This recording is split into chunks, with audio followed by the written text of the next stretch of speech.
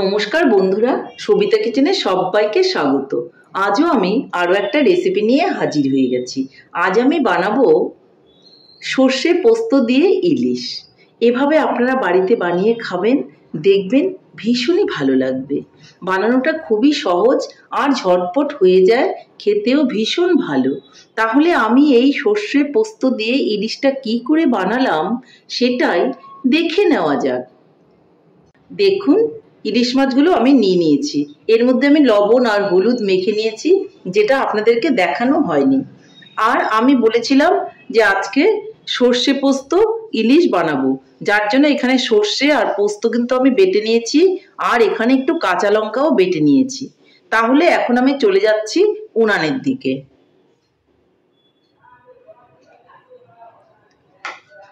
দেখুন, আমি উনানে একটা কড়াই বসিয়ে দিয়েছি, আর তাতে আমি দিয়ে দিব সর্ষের তেল। আজকে কিন্তু আমি ইলিশ মাছগুলো একটুখানি এপিট ওপিট তেলের মধ্যে নেড়ে তারপর কিন্তু আমি সর্ষে পোস্ত ইলিশ বানাবো। এটা কিন্তু আপনারা কাঁচা মাছ দিয়েও ডাইরেক্ট বানাতে পারেন, কিন্তু আজকে আমি কাঁচা মাছে বানাবো না, আজকে একটু আলাদা করে বানাচ্ছি। তাহলে আমি তেলটা কড়াইয়ে দিয়ে দিচ্ছি। অবশ্যই কিন্তু সর্ষে তেল দিয়ে রান্না করতে হবে। তেলটা কিন্তু খুব ভালো করে গরম হয়ে গেছে। এখন আমি মাছগুলোকে এপিট ওপিট করে দিয়ে দেব।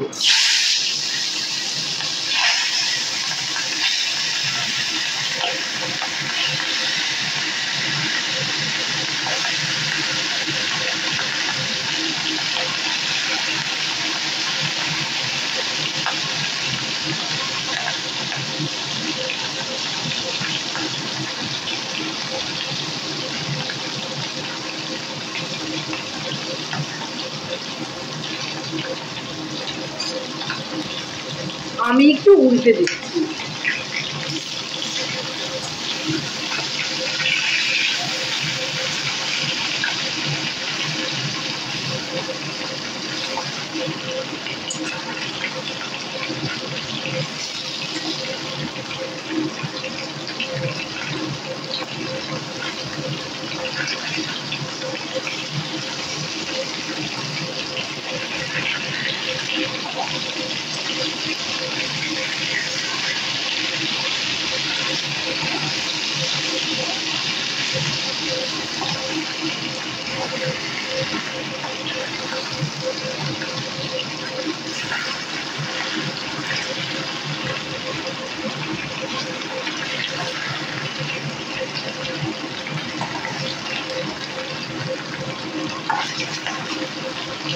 আমি আগেই বলেছিলাম যে খুব একটা বেশি আমি ভাজবো না।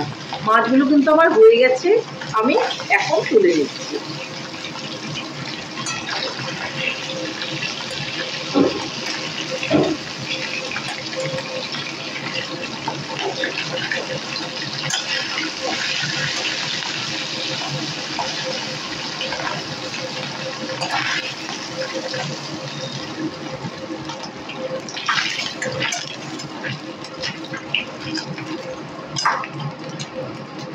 এই তেলের মধ্যেই আমি দিয়ে দিব অল্প করে কালো জিরে।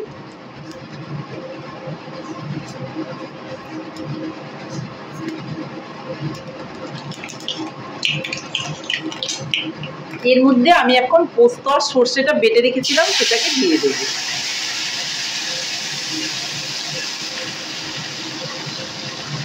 বাটিটা ধুয়েও কিন্তু একটু জল আমি এখানে দিয়ে দেব।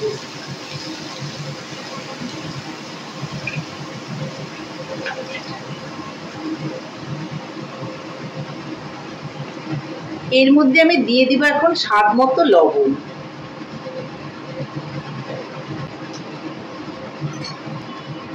দিয়ে দিব অল্প করে হলুদ।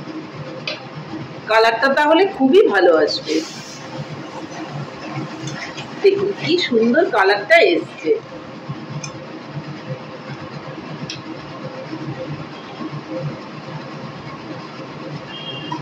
আর এর মধ্যে দিয়ে দিব আমি অল্প করে চিনি।